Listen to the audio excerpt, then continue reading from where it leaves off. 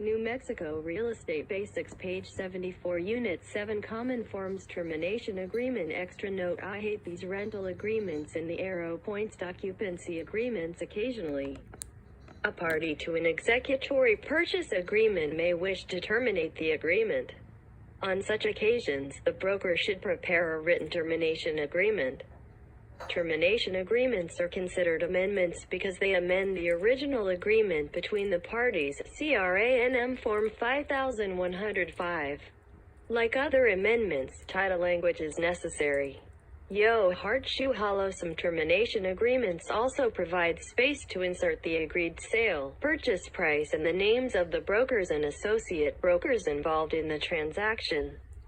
Termination agreements often contain provisions for agreement between the parties in two major areas. I provisions to terminate the purchase agreement. I provisions for the disbursement of the earnest deposit. Provisions to terminate. The provisions to terminate found in many termination agreements contain pre-printed verbiage that, when accepted by all parties, declares the original purchase agreement null and void and relieves all parties, including brokers, from further obligation and responsibility. CRANM Form 5105. Parties should be advised to seek legal counsel before signing this type of agreement because they may be forfeiting all rights to any earnest money deposit in pursuit of specific performance. All parties signing the original purchase agreement must sign the provision to terminate. Space may also be provided to include reasons for termination. Brokers should take care not to misstate reasons. The actual reason should be clearly written and fully disclosed. Provisions to disburse earnest deposit. Termination agreements may also provide for the disbursement of the earnest deposit.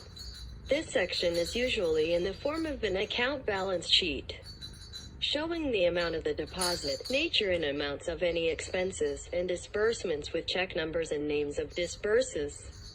When enumerating expenses, the broker should include the amounts that will be paid to the seller and retained by the purchaser.